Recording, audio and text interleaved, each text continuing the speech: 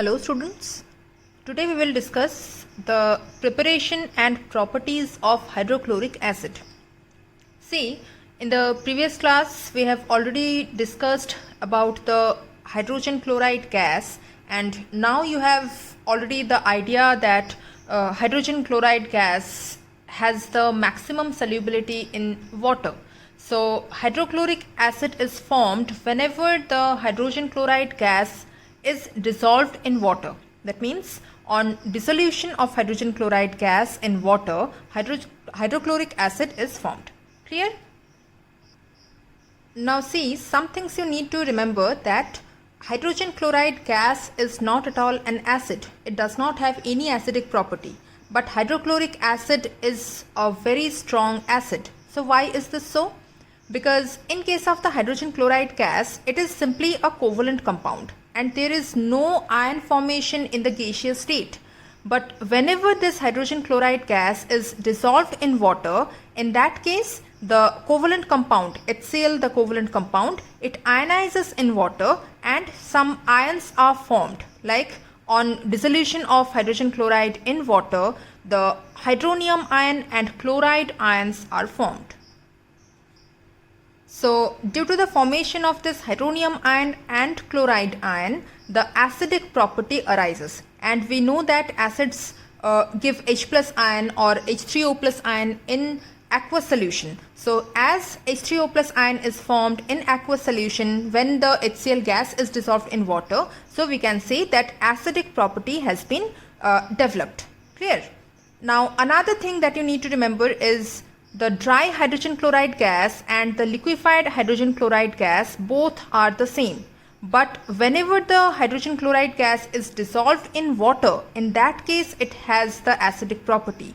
So the liquefied hydrogen chloride and the HCl which is dissolved in water are not the same. The liquefied hydrogen chloride means on pressurizing the dry hydrogen chloride gas, it just gets converted to the liquid state. Clear? No water molecule is present over there. So whenever the hydrogen chloride gas is liquefied into the hydrogen chloride liquid, in that case both of them do not have any acidic property. So they are simply the non-acidic substances. Clear? But the hydrogen chloride gas, when it is dissolved in water, due to the presence of the water molecules, the hydronium ions are formed, and thus the hydrochloric acid is the acidic in nature. Clear? Keep it in mind. So liquefied hydrogen chloride does not conduct electricity, and it shows the covalent nature of hydrogen chloride only. Also it does not, as it is not an acid, so it will not turn blue litmus paper red. Clear? But whenever the HCl is dissolved in water, in that case it will show the acidic properties, so it will conduct electricity and it will turn the blue litmus paper red. Clear? So using this technique only, the hydrochloric acid is prepared. But in the lab, the setup is something different. So now we will learn about the lab preparation of hydrochloric acid. For the lab preparation of hydrochloric acid, the hydrogen chloride gas is first passed into the water until no more gas is absorbed. That means a saturated solution of the hydrogen chloride gas in water is formed. Clear? And the product is concentrated and it contains, means the dissolved hydrogen chloride gas in the water, it contains about 36% of the hydrogen chloride by mass. So now we will discuss how the procedure is done and what is the setup used for the preparation of hydrochloric acid. Look at this picture. This is the setup to show the funnel arrangement used in the lab for the preparation of hydrochloric acid. Now in the first figure you can see that the beaker containing water is taken and an inverted funnel is placed in such a way that the funnel just touches the surface water. It is not placed deep inside the water, but the funnel just touches the surface of the water. Now HCl gas is passed through this funnel, and HCl gas being highly soluble in water, whenever it touches the water surface, it will get dissolved in water and hydrochloric acid will be formed. Now, due to the formation of hydrochloric acid, some of the HCl gas pressure will decrease. Now, as soon as the gas pressure inside the funnel decreases, the atmospheric pressure above this water surface will increase, and some of the water will get inside the funnel. That means the water level inside the funnel will rise up. Clear? So, after some water rises up this funnel, in this level some air gap will be formed. Look at this picture, you can get the clear picture in this way. Here some of the water surface has been decreased and some of the water has been increased, means the level of water inside the funnel has been increased. So this situation creates the air gap here. Clear? And this is called the back suction. Clear? As the water is getting inside the funnel and creating an air gap, this is called the back suction. This is an important thing. Now, after this back suction occurs, what will happen? After this situation, the pressure inside this funnel and pressure outside the funnel will be equal. Clear? And as soon as the pressure inside and outside the funnel becomes equal, whatever amount of water is there inside the funnel, it will fall down. Clear? So this process continues till the water in the beaker, it is saturated with hydrogen chloride gas and complete hydrochloric acid is formed. Clear?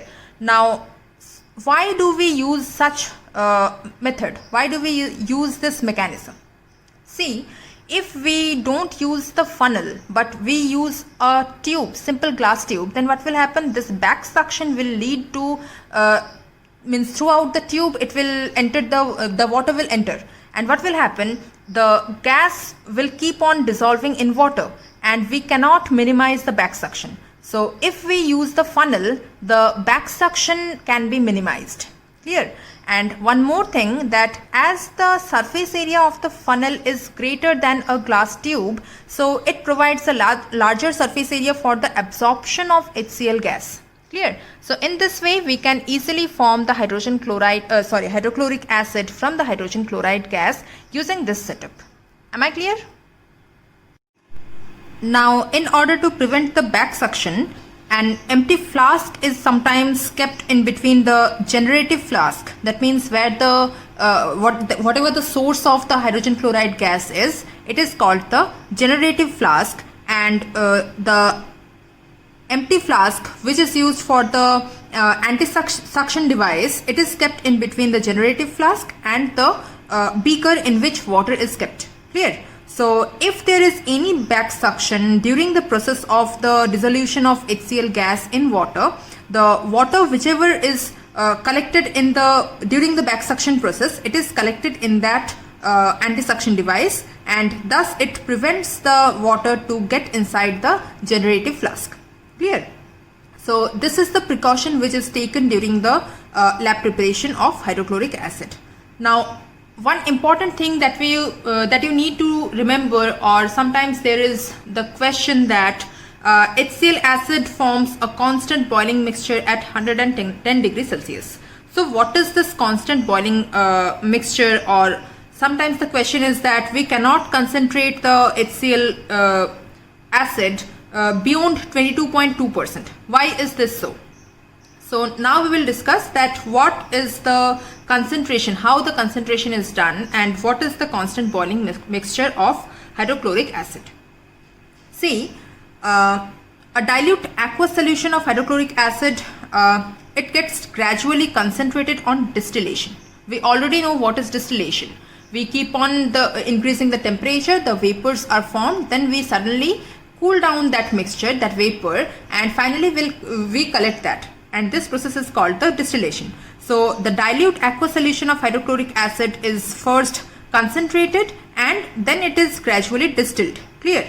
So after reaching 22.2%, so the concentration of acid reaches 22.2% hydrochloric acid by weight and 77.8% of water by weight, which boils at 110 degrees Celsius. So at 110 degrees Celsius, 22.2% of HCl by weight and 77.8% of water by weight, it gets concentrated. Means this is the ultimate saturated solution. So no further increase in concentration is possible on boiling. Why is this so? Because at this temperature, 110 degrees Celsius, the hydrochloric acid, it becomes a constant boiling mixture, and the constant boiling mixture is called the azeotrope. So at 110 degrees Celsius, the hydrochloric acid becomes a constant boiling mixture, that is an azeotrope, and this is a solution which boils without any change in its composition. That means it can boil constantly without any change in its state. That means no further gaseous formation will be there. So HCl acid, that is hydrochloric acid, it forms the constant boiling mixture at 110 degrees Celsius, and at this point 22.2% of HCl and 77.8% of water by weight gets mixed to form the concentrated hydrochloric acid. Clear? Now let's discuss the physical properties of hydrochloric acid. See, as we know that hydrochloric acid is a strong acid, so naturally it will show all the physical properties of an acid. So first, whatever the appearance of the hydrochloric acid is, we will discuss about that.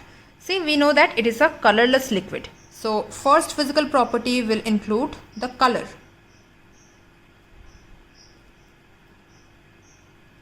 So hydrochloric acid is a colorless liquid. Now if we speak about the smell or odor of the hydrochloric acid, so we cannot say that it is odorless. Rather, it has a choking smell, and it is called the pungent choking smell. So hydrochloric acid has a pungent choking smell. If you inhale the fumes coming out of the hydrochloric acid, you will have a choking problem for the respiratory system. Okay. Now in case of the taste is sour, because we know that all the acids have the sour taste. So this hydrochloric acid also have the sour taste. Clear? Another thing, that hydrochloric acid, being a strong acid, has a corrosive nature. So we can say that it is highly corrosive.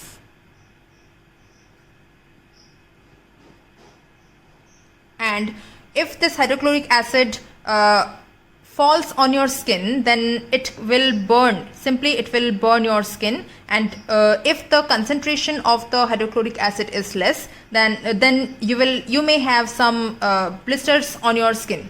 So it is highly corrosive in nature. But if the concentration is low, then it will not harm to that extent. Clear? Now we know that the solubility of hydrogen chloride gas is high, very high in water. In case of the hydrochloric acid also, it is highly soluble in water. So we can easily prepare the dilute solutions of the hydrochloric acid using water. So HCl acid is highly soluble in water. Clear? Another thing, that is the boiling point and melting point. Melting point we won't discuss because it is already in liquid state at room temperature, but we can speak about the boiling point. And as we have discussed that it becomes a constant boiling mixture, that is an azeotrope at 110 degrees Celsius. So the boiling point of hydrochloric acid is 110 degrees Celsius. Okay, and that's why it is called the volatile acid, because at 110 degrees Celsius it becomes a constant boiling mixture, so fumes are formed, so it is called the volatile acid. Clear? So these are all about the physical properties of hydrochloric acid. Now in case of the chemical properties, we can say that whatever chemical change is there, we incorporate it in case of the chemical properties. So the basic chemical change that is seen in case of the acids is the action of the acid on the acid-base indicators. And we have already discussed in the acid, base and salt chapter that how the acids change the different color of the different indicators. In case of the moist litmus paper or the litmus solution, the hydrochloric acid changes the color from blue to red. So in case of the litmus, the color change is blue to red, because blue is the original color of the litmus paper, which turns to red in the presence of the acid. Clear? Now another two acid base indicators, which are the synthetic indicators, are methyl orange and phenolphthalein. In case of methyl orange, the original color of the methyl orange is orange. Okay, so whenever methyl orange is placed in some acidic solution, in that case the color changes from orange to pink. So the color change for the methyl orange indicator is from orange to pink in the acidic medium. Clear? And in case of phenolphthalein, originally it is colorless solution, and phenolphthalein shows no color change in presence of acid. So this hydrochloric acid also does not have any change in color in the presence of phenolphthalein indicator. So it remains colorless in presence of acid. Clear? So this is all about the action of the acid, hydrochloric acid, on the different acid base indicators. Now if we want to say about the different chemical changes or the chemical reactions that are that take place in presence of the hydrochloric acid, then we have to go through the various reactions with the metals, with the non-metals, or with the salts. Clear? So regarding those chemical reactions, I will give you one PDF which will include the chemical reactions of the hydrochloric acid. So this is all about today's class, and in the next class I will show you the chemical reactions.